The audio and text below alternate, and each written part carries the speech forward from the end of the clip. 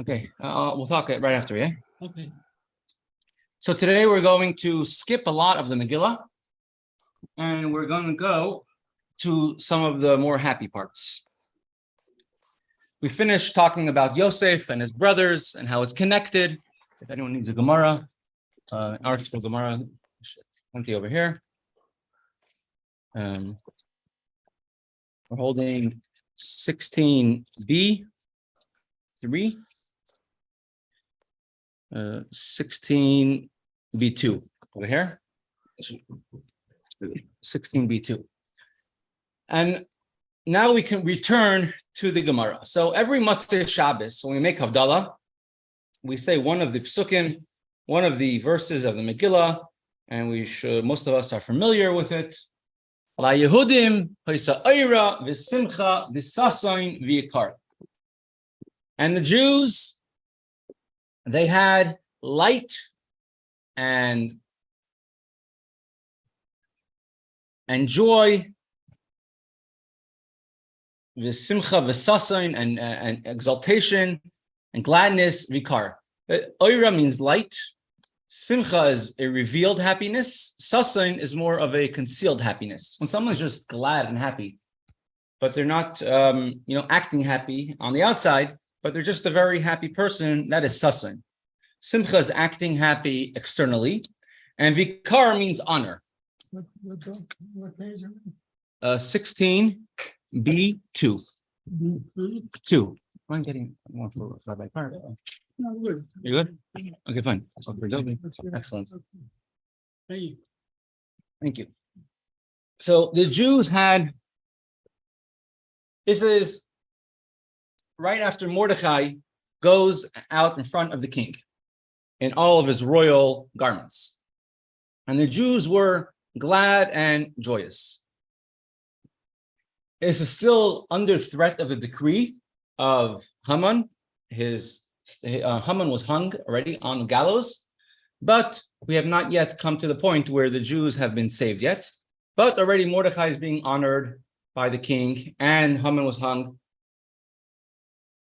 If you look at the pasuk, well, we'll go through in short, not the entire Megillah, not verse for verse, a general gist of the Megillah, because we're skipping quite a lot over here in our explanation. It says, on that day, which is the second day of Pesach, first day of Chol Moed Pesach, Achashverosh gave to Queen Esther the house of Haman.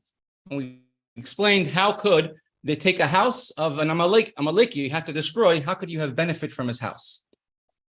Mordechai came in front of the king because Esther said how they were related. The king gave his signet ring to Mordechai. Esther begged the king, please annul the decree that Haman had devised against the Jews. The king stretched his scepter out to Esther and says, I'm sorry, once the decree went out, I can't abolish, I cannot annul it. And Esther's crying and begging the king. So the king says, listen, what else do you want from me? I hung Haman on the gallows. I gave his entire wealth to Mordechai.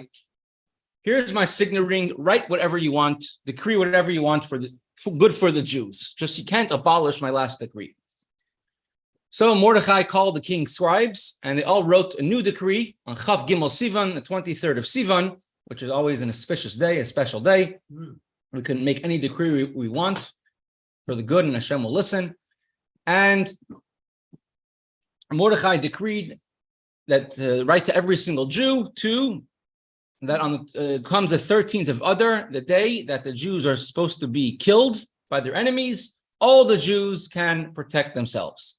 It was written in the name of King Achashverosh, sealed with the king's signet ring, sent out messengers, couriers on horseback to all of the people of the countries.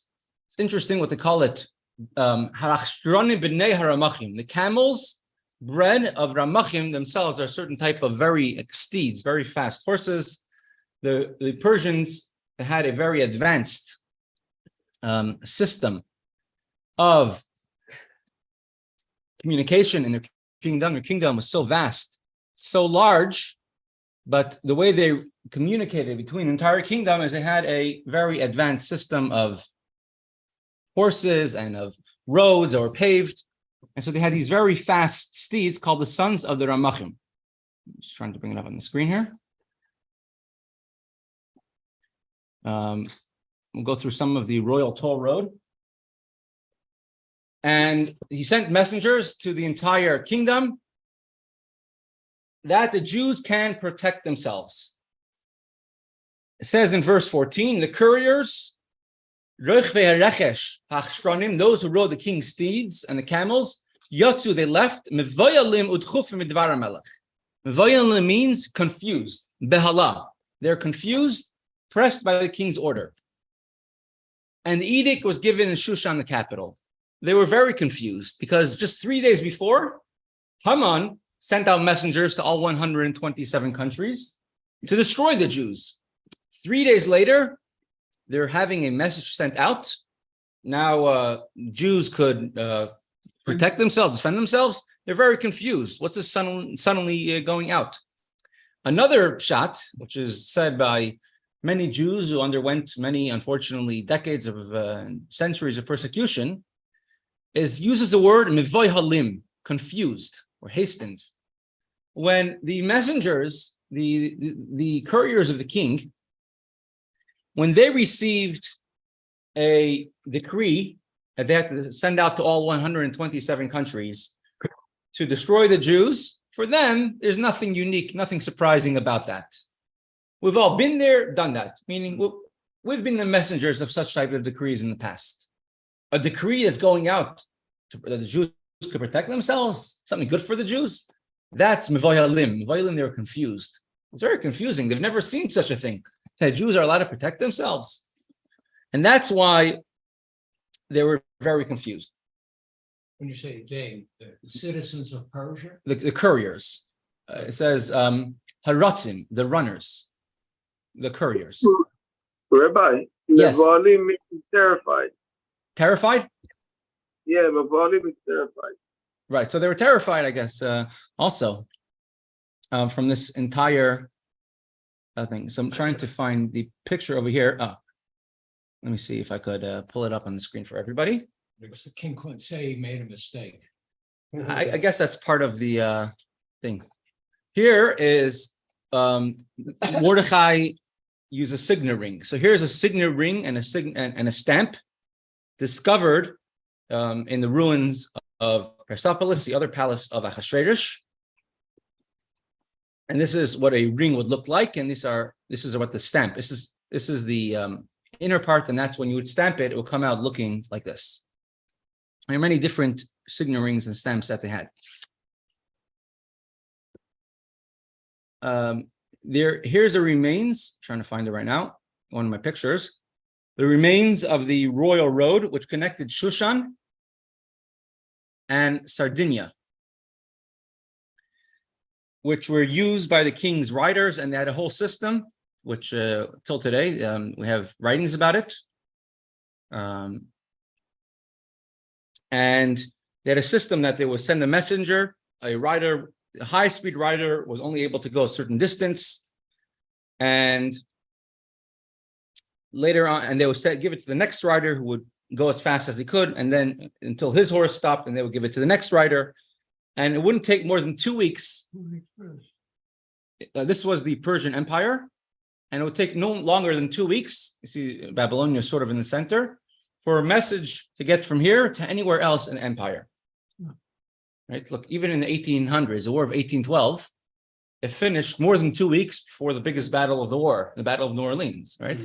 Even in the 1800s, it took time for word to get around the corners of the empire, but it took no longer than 2 weeks. They had roads, royal roads, and it would spread the word of the king to the entire empire.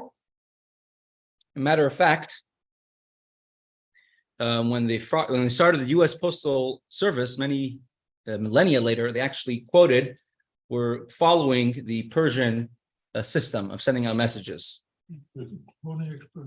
Yeah.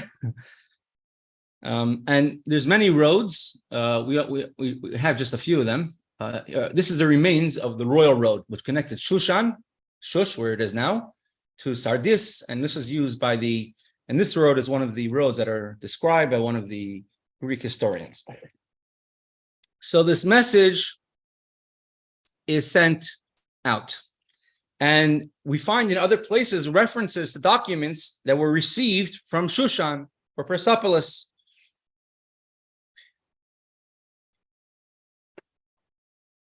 Now Mordechai, it says the Jews were full of joy and singing and dancing.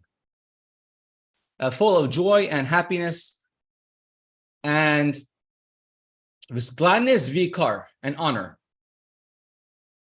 Says the Gemara doesn't take this just at face value. Dobby, you need a Gemara? We're 16b2. Because usually, whenever in the Torah you want to use the word light, you use the word ar. The first time that we use the word oira, it's very rare, but this is perhaps one of the only times we use the word oira. Oira means, it's a female terminology, it's the same as the word or, but it means oira. It means light. So why use a female terminology? Instead of the common or, which means light, you use oira. So the Gemara will say, La Yehudim Hoysa Oira, the Jews had light, the simcha and joy and sasin and gladness, vikar and honor. Amar Rav Yehuda, says Rav Yehuda, 16b2. Oira zu Torah. The word oira, the reason why he uses a lashon nekeva, a female term of the word, is because the word oira is referring to Torah. The Torah is also a female terminology, ends with a kamatei. In Hebrew, a word which ends with a kamatei or a saf is lashon nekeva. We don't really have it in English, but many languages around the world have a male term and female term.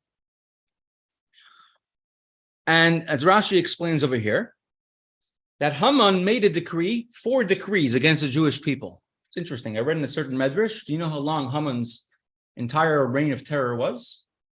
52 days. In that 52 days, he managed to get a decree signed against the Jews, get angry at Mordechai. And one of the decrees that he made 4 decrees against the Jewish people. One of them was that not allowed to learn Torah. After Haman died, after Haman was killed, they no longer were afraid. And they could start learning Torah once again. V'cheinu omer, and so too it says, Ki ner mitzvah v'Torah ar. Shlomo HaMelech writes, the mitzvah is compared to a candle, Torah is compared to light. So we see that Torah is called light. Haman made a decree that Jews cannot learn Torah, and now the Jews are once again able to learn Torah once again. Continues the Gemara. It says, what's the second one? Simcha, joy. What is joy? Says the Gemara, V'simcha ze yamtiv. Simcha, gladness, refers to a holiday. Where do we see that a holiday is considered a day of simcha? Because it says, the Torah says you should be happy, in your holiday. So Haman made a decree, Jews cannot celebrate Yom Tov, and now the Jews could celebrate Yom Tov again. In addition to that, we now have an extra Yom Tov called Purim. Next. I've been checking out the Megillah and Chabad.org. Excellent. Sasin, the next one is sasin, which means gladness, which is a type of joy, which is, you could say, a more concealed joy. Zumila, it's going on, bris milah. One of the things that Haman also made a decree was that Jews cannot circumcise their sons. And he's going to bring a verse that sasin means a bris milah. It says, Sas and Anoichi al imrasecha. In chapter 119 of Tehillim, I am glad on your speech, on imrasecha. Every single mitzvah of the Torah was given with the word vayedaber, and Hashem spoke. Vayedaber Hashem Moshe lemor, and Hashem spoke to Moshe saying. every mitzvah except for one. One mitzvah is Vayomer Hashem, and Hashem said. And the mitzvah, the reason why is Vayomer Elokim Avram. Hashem said to Avram, "The atas rishi tishmer, you should do my mitzvah." It says the mitzvah of bris milah is different than every other mitzvah in the Torah. A certain Gemara which says there will come a time in the future, and it's remember from the times of the Gemara, where most Jews will not be keeping Shabbos. Most Jews will not be keeping kosher. Most Jews will not be doing many of the mitzvahs of the Torah, but all Jews will be keeping bris milah. And the question the Gemara asks is why? Bris milah is seemingly a very difficult mitzvah. It's injuring for a part of the body. And how come most Jews will keep the mitzvah of bris milah and will not keep the other mitzvahs? And we see it today throughout the world. I mean, it's obviously a prophecy for the 20th and 21st century, where throughout the world, unfortunately, many Jews don't keep most of the mitzvahs of the Torah. But bris milah, for some reason, is very strongly kept by all Jews around the world. Why? Even in Russia, where they couldn't keep it, the second they were allowed to make a bris milah, everyone started once again. Adults. If doctors do it, that's not considered bris milah to a newborn child. Then When a doctor does it, it's not totally halachically a bris milah, but it's at least a big part of it. I'm saying it's pretty close to it. It would be like the equivalent of at least half of a bris milah. I met a Yid. Yeah. His parents were very fabrente communistic, and they did not make him the bris milah. Yeah. And when the Germans came in, they captured thousands of young Ukrainian guys who were just thrown to the front. And they made him pass by a table, and there was a German who could smell a Jew, and he tried to make him to go with the Jews. He says, "No, he's not a Jew." He said, "Cross yourself." And he knew how to do it. He says, "Take off your pants."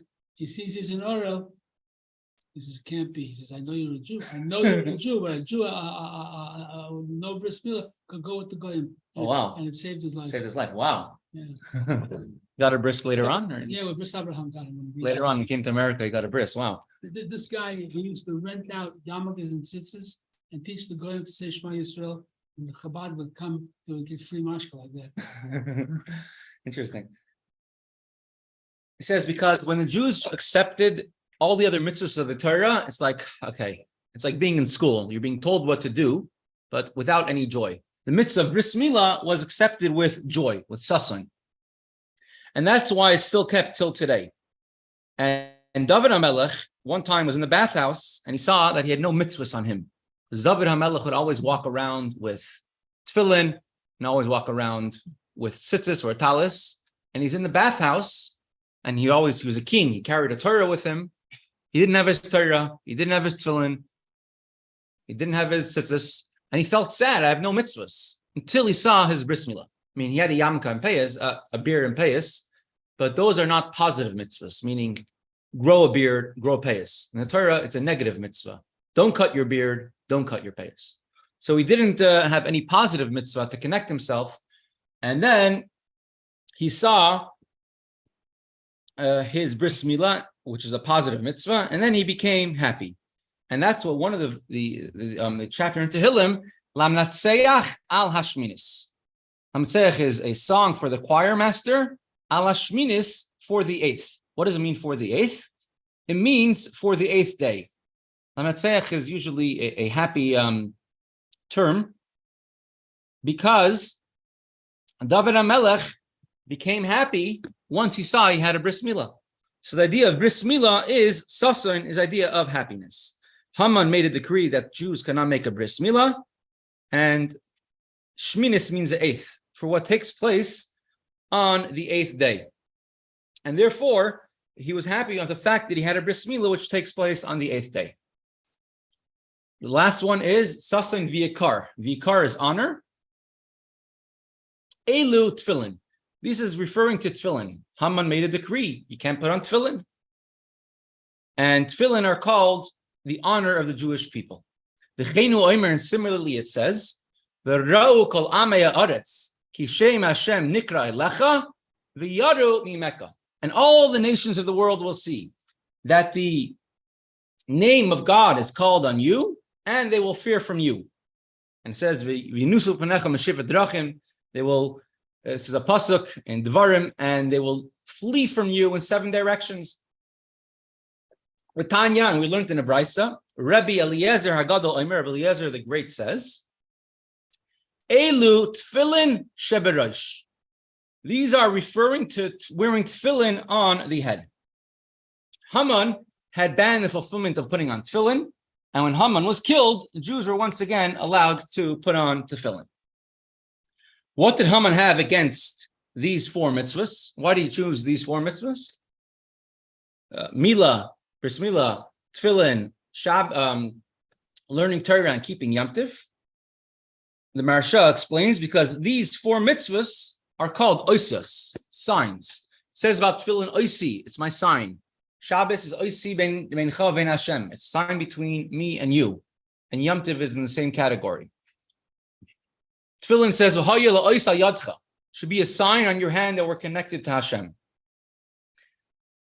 Bris milah is a sign, "V'haya la'ois basar," and it should be a sign on your flesh. All these mitzvahs are signs of our connection between us and Hashem. Haman wanted to eradicate the connection between us and Hashem. And therefore, Haman decreed specifically on these 4 mitzvahs. Sfas Emes asked the question, if the Megillah wants to say, and the Jews were able to keep now the mitzvah of learning Torah and keeping Yom Tiv and wearing tefillin and having a bris milah, why not just say so clearly? Why does it have to say we had joy and light and gladness and honor? Why say this in euphemisms? Why not say it just directly? First Ger Rebbe, Sfas Emes. Talmud of the second Ger Rebbe, the son of the Chidush Arim, Talmud of Nachum Mendel of Kotsk. The son of the son of the Chidush Arim. Sfas Emes was a grandson of the Chidush Arim? Yeah, because what happened was his father died. Okay. Interesting. And Imri Emes was the son of the Sfas Emes. Named after his grandfather. Which one? Who died. Interesting. So why not just say it directly? So Sfas Emes explains is that the Jews at that time, many Jews were assimilated into Persian culture. You know, it's only 4 days. They're still very fresh, deeply into the, even though they did teshuvah, they're still very deep into the Persian, steeped in it in the Persian culture. But even such a Jew realized that what makes me happy, not having an extra home in the Maldives, not going on vacation, not having a beautiful car, not getting myself the choicest cut of meat. That's not what makes me happy. Not getting honor. What every Jew realized, that the real light is Oira, is Torah. The real light is Simcha, is joy, is gladness. Sasain, you realize having a bris milah is the most important joy that we could possibly have. So every single Jew was able to realize this. So this indeed made them have a lot, is what happened, is part of the miracle of Purim. That the joy of every Jew was a bris milah. And every single Jew was able to realize that. If you look at the last one, it says, V'yikar elu tefillin. And gladness and joy, this is an honor, this is tefillin. What is our honor to the rest of the world? Our tefillin is how we are honored. How does every single Jew receive their honor? So this Gemara was brought down by the Rebbe brought it down several times.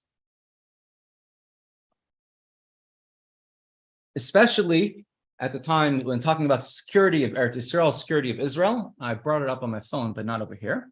So we'll get to them one by one. But look at the last words of the Gemara over here. It says, V'yikar, and honor is tefillin. And it says, the nations of the world will see you and they will fear from you. It says Rabbi Eliezer Hagadol, these are the tefillin shebirosh that are worn on the head. But he uses the word shebirosh, which is in the head. When the Alter Rebbe, when he was in prison, and this is I'm in the prison where the Alter Rebbe is in Petersburg. This is many years ago.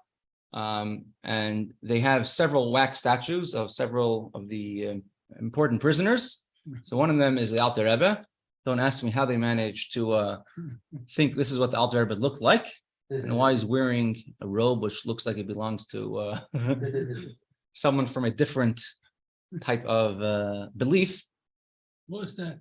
This is a statue of the Alter Rebbe, Right, what religion was such a robe? a priest of another religion, Well, they do. Looks like Greek Orthodox a little bit. Russian Orthodox. Okay, So who put that, who then made this picture? that's what they want. They made a wax statue in Russia of the Alter Rebbe. There's because they made a statue of several important prisoners. Here we are. This is my father and a whole bunch of other people, which we are actually this the only area where the Alter Rebbe originally was is the steps. Or some Padma Shalom. This is on the steps of the Alter Rebbe will be taken into prison, out of prison. My father right there, having a foolish shlema very soon.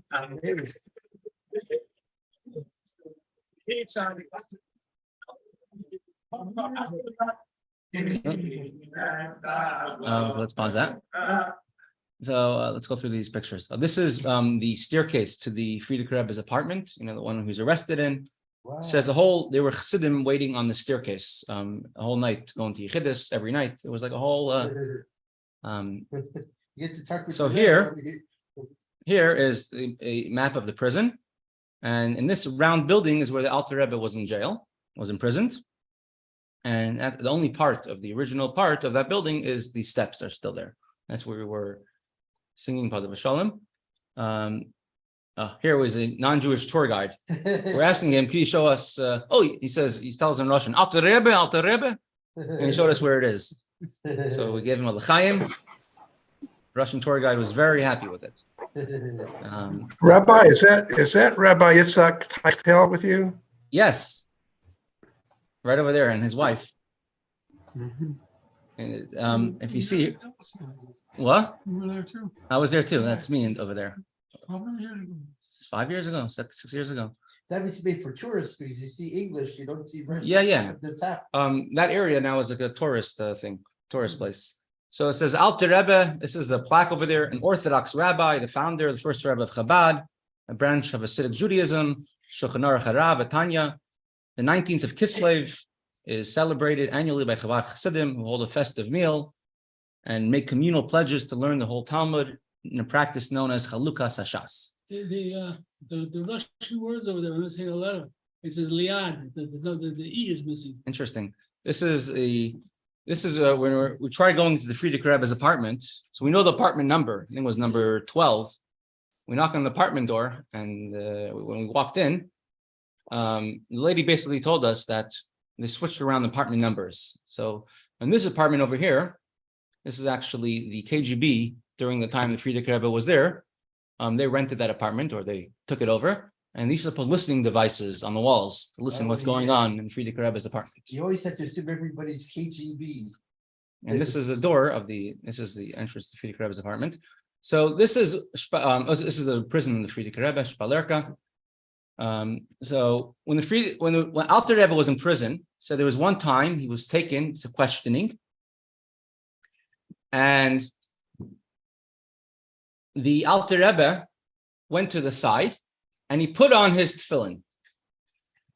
And when Alter Rebbe turned around after he put on his tefillin, said everybody, all the people there, suddenly, all the non-Jews, interrogators and the officers, suddenly they became they had a huge fright. They became very, very scared, a huge fright. And later on, the Alter Rebbe, when he recounted it, he said that the reason is because he's wearing tefillin. And like it says, Elu tefillin shebereish. These are, like it says over here, these are the tefillin in the head, on the head. And so somebody asks, how come when we put on tefillin, the nations of the world don't get scared? The Alter Rebbe says, because if you look at the words of this Gemara that we're learning now, it says Elu tefillin shebereish, that are in the head. It doesn't say that are al harosh, that are on the head. It says that are in the head, meaning somebody which internalizes tefillin. Like the Alter Rebbe, when they put on tefillin, the entire world is scared of them. The nations of the world have a fright of them. Can you explain a little bit, what do you mean by internalized tefillin? Think of Ah. that. It's Someone, I guess, who appreciates the real mitzvah of tefillin. They have kavana, I guess I would say. That would be the best, that would be the proper thing. Kavana. When they're putting on tefillin, they're doing it with their entire being. They're not just like putting on tefillin as a thing which is from the outside, but they're doing it with their entire, I guess, their entire essence.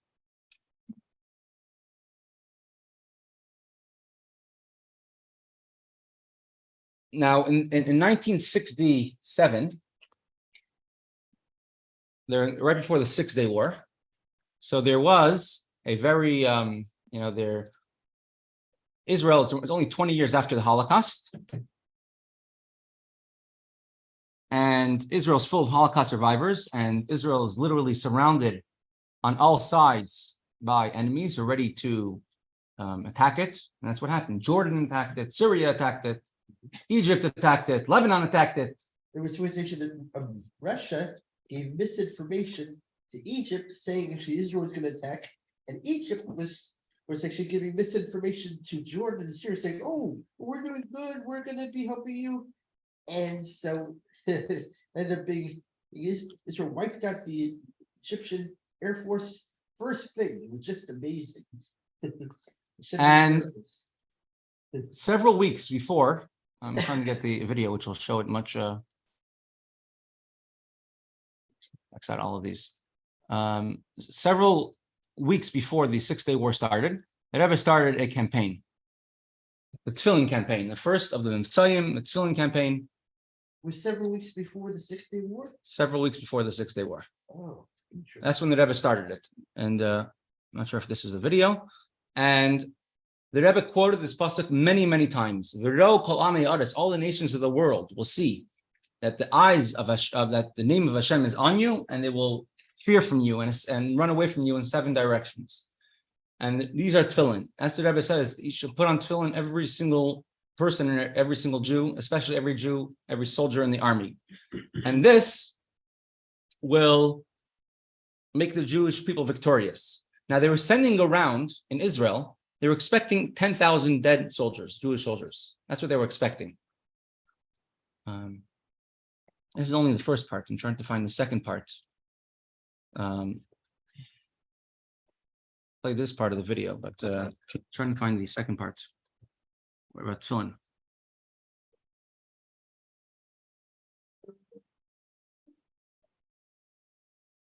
May 1967.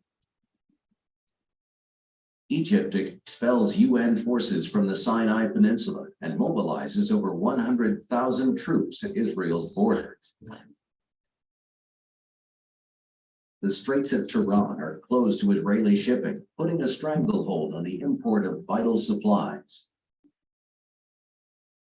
As the armies of Syria and Jordan join in the military buildup, Jews around the world look on. It's actually one of those soldiers. I think that this one over there is Rabbi Menachem Ruddle. Do you remember him? Rabbi Ruddle? Yeah. It's actually him right there. Oh, wow. He was a bacher in the yeshiva in Kfar Chabad, and his parents were telling him, come home. Everyone's telling him come home. So he wrote to the Rebbe, "What should I do?" The Rebbe says, "Stay near Israel. It's the safest place in the world." So if that's the case, why should I stay in Kfar Chabad? Let me go see a war up close. And he went to Yerushalayim, to yeshiva there, and Rabbi Ruddle, remember him, Mary? Of course. And so he was involved. Whenever there were battles, he would walk outside. The Rebbe said it's safe. He says he's seen tanks in front of him, bullets whizzing.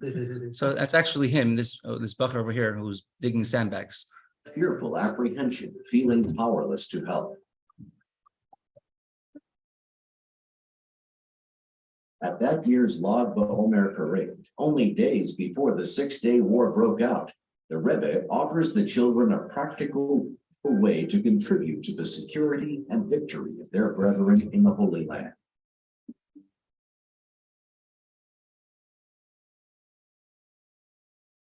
Okay, so I'm going to go back to here. The second part of that film is all about how the Rebbe started Tefillin campaign. Excuse me, they had when I got there, 67. Yeah. So the neighborhoods, they had open graves, they expected so many better. Right in the neighborhoods, they have trenches for the graves. So they sent messengers to public parks to see which parks could be converted to cemeteries Yeah. from the chief rabbinate. Also, I remember Dawson, he did a sort of outreach campaign, but that's one rabbi in the 13th century and in a very limited way. So it was really hard to find a precedent for somebody who did this in a systematic way.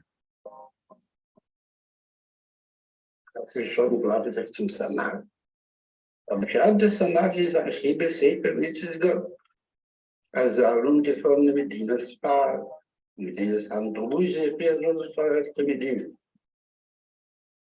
Und gefahren nach Medina, was jeden Tag in die Gewölchen gefällt. Und sah hin, auf Linke gefahren, auf Linke, und wenn was der Gerät, was jeden Herzen kein Lieden lebt, kommt bei ihm gefällt. Ich sage, na Gott, dort erzählt, was ist dort erzählt. Aber sie wissen da, wie mir da wieder gefällt. Und im Detail, ich doch in die Wasser, ich schon nicht da, also bringe ich immer gefällt. Maar dat is ook een Russia. Als Kartel de manners vindt. Ebenlijk 91 moord vindt. Neemt maar eens van de zoek. De Kartel de manners vindt. Je bestelt maar aan in de zoek. Van manners vindt. Die dan nog in de misverstand geweest.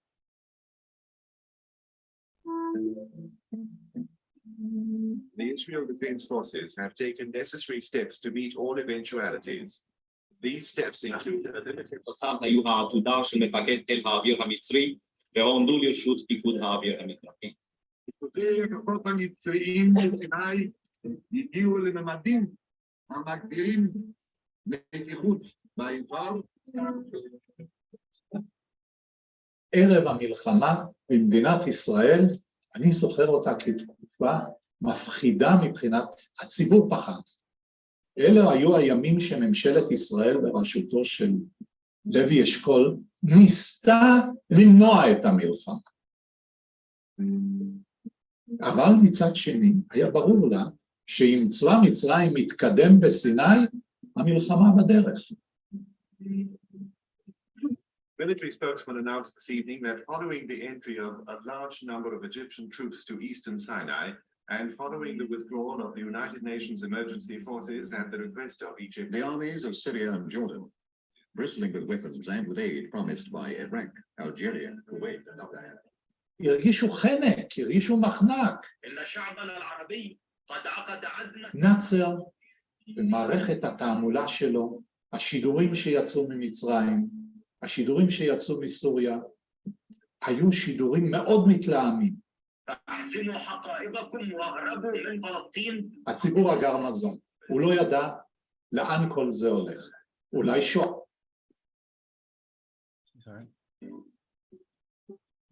It became am I dying 2 minutes? אלה היו הימים שממשלת הדרך.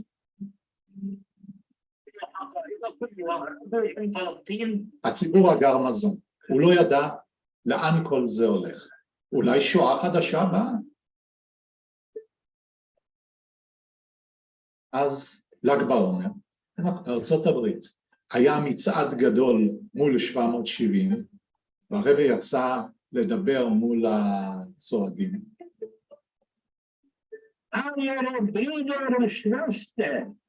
Was gefühlt ist immer hier, Zkainim für Israel. Vorhin nicht so eine Lage, wo der Liebestab nach 15 und schütze seine Brüste und Zwecke in Shiur, in der vergrößerten Lust. Gedei sie so nach Rieskommen, als sie Rieskommen. Und den Kitschnicken Wasser mit Hatzvi-Bais. בזמנו נשא אז לוי אשכול נאום שעד היום נקרא נאום הגמגום, שלא ידע אפילו פשוט מה לומר לעם, ומול הגמגומים בא דמות כמו הרבי עם גישה חדה, ברורה, עם הסמכותיות שלו, שבא ואומר לא הולכת להיות שואה אחרת, תהיה תשועה. וישבתם לבטר בידכם. אז אם בלעם ישראל ומזיקים מזיקה, וגם zusammen. Und den Jüngern, die Jüngeren haben Gedichte. Wir sind die Frau. Wir sollen die Firma nicht geben. Die Jüngeren haben ihre Psyche nach Gedichte als Frau.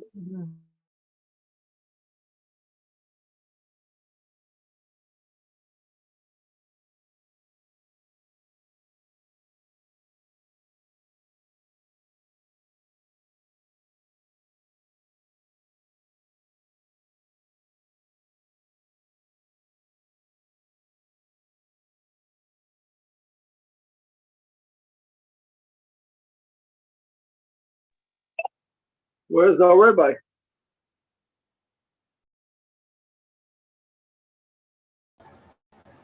Looks like he knocked himself out.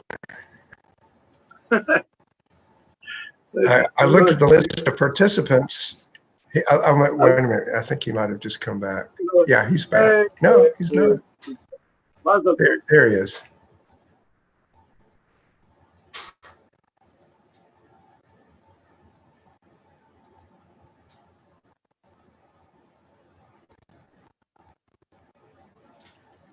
Rabbi, we can't hear you.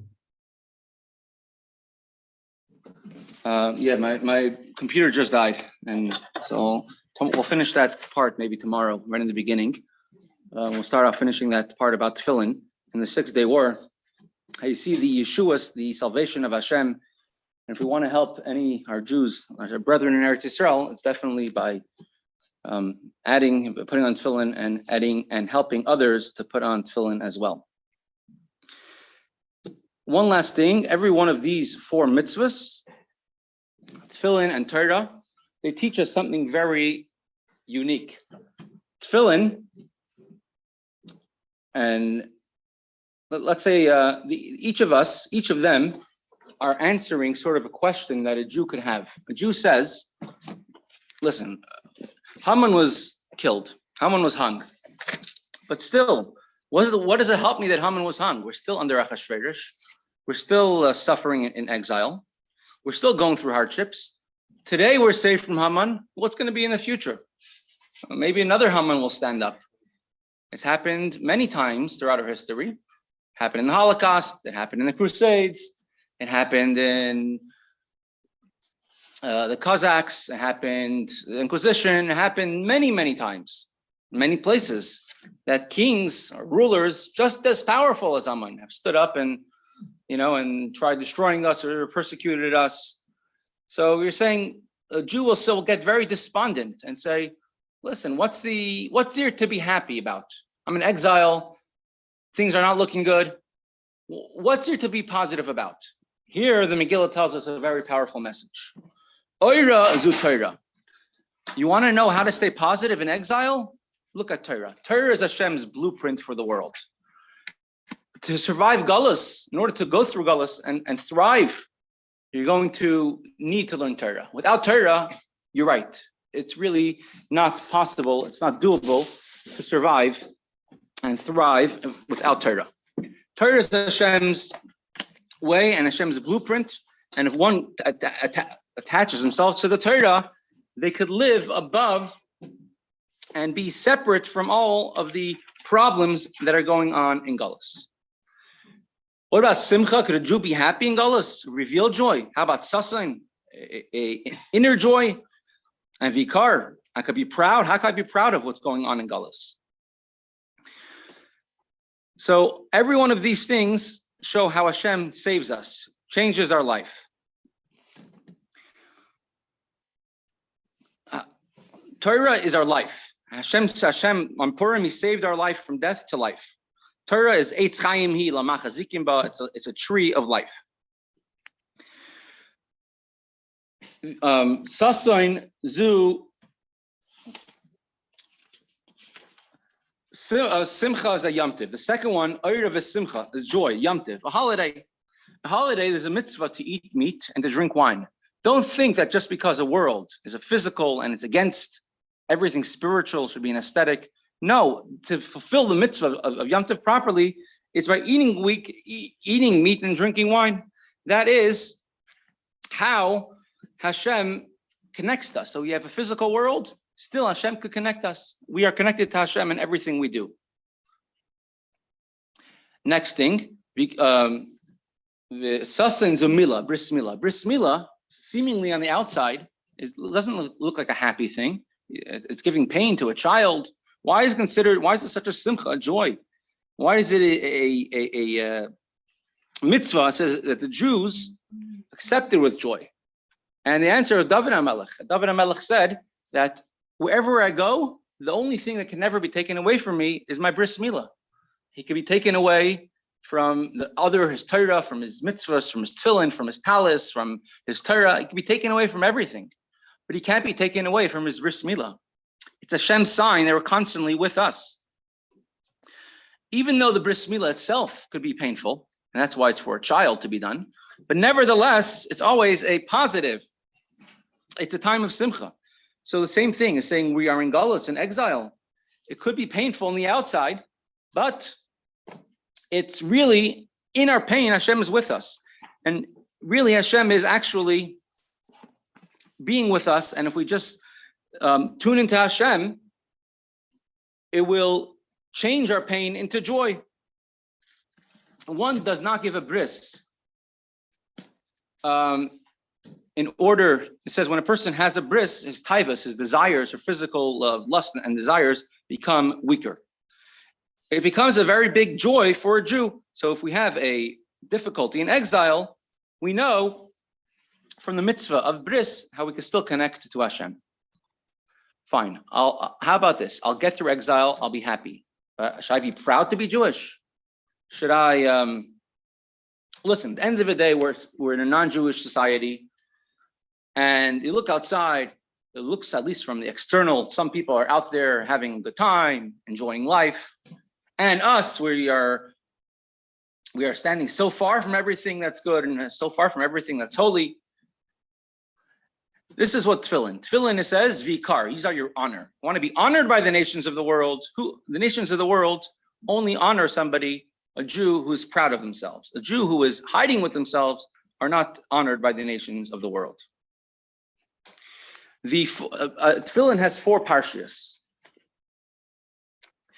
And each of the 4 parshas have another, one of the mitzvahs of Hashem, how we have to love Hashem and fear Hashem, are written on the parshas. It's not just only one pasuk of Shema Yisrael, Hashem Elokeinu, Hashem Echad, but rather which means listen to Hashem without asking any questions, be ready to give up your life, Mesiras Nefesh for Hashem. Seemingly, that you would think that would be enough for a Jew to differentiate himself from the nations of the world. I'm ready to give up my life for Hashem. However, Tefillin has another 4 parshas. You should love Hashem. You should learn Torah. Teach your children. And more than that, Tefillin, you take the leather and you wrap your arms with it. You make it go down along your towards your heart, from your head down to your heart. Tefillin is what makes us, is our honor to the nations of the world. That although we are different,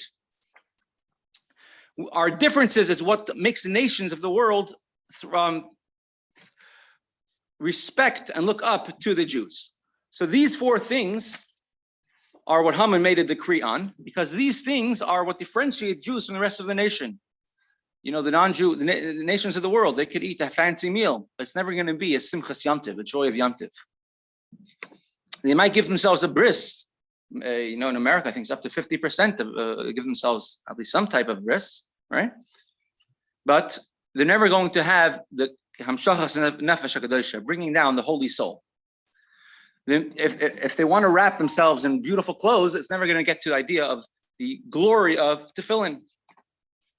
And they could learn great sciences, but you're never going to connect your mind to Hashem like Torah does. And this is how we're able to get through galus. And this brings oira v'simcha. Even in a time of exile, we still can have joy. Oira, light of Hashem. That is a joy which happens when a Jew learns Torah. Every Jew is the only child to Hashem. And Hashem shows his love to us by showing he's with us in every single step. Every step of our lives is dictated by Torah. Torah tells us what to do, how to do, at what moment, every single time, every single moment. So therefore, it's Hashem showing us he's involved in every aspect of our lives because he loves us. Torah is Hashem's embrace to us. Yom Tiv is a similar thing as well. Yom Tiv is a holy time, and we also have to have Gam Lechem, also enjoy that physical desires of physical pleasures.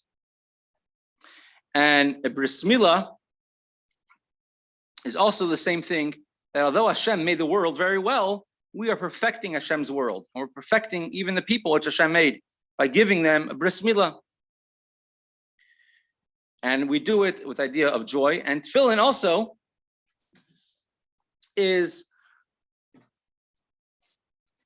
the idea that we, even our clothes, we stand out from the nations of the world. We don't just blend in, and we don't just, but on the contrary, this is what makes the Jewish nations of the world respect us.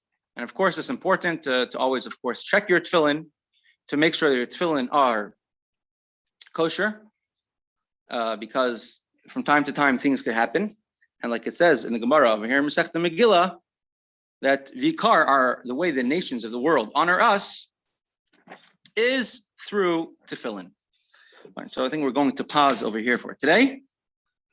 Shkoyach for joining, and Meretz Hashem will continue. We'll finish the idea tomorrow, and then tomorrow is our last day of the week, and Friday we're going to tomorrow is regular time, but it's Erev the fast day.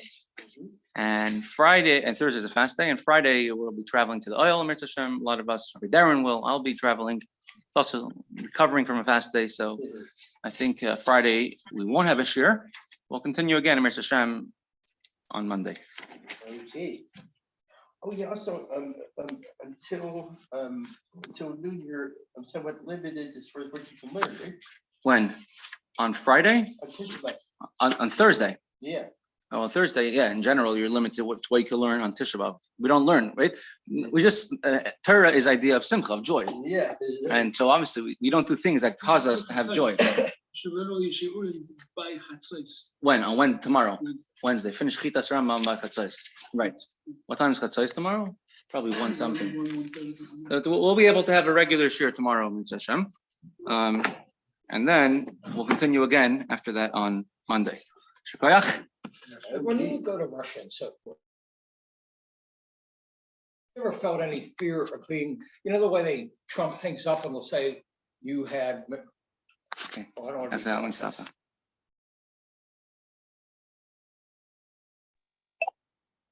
you guys.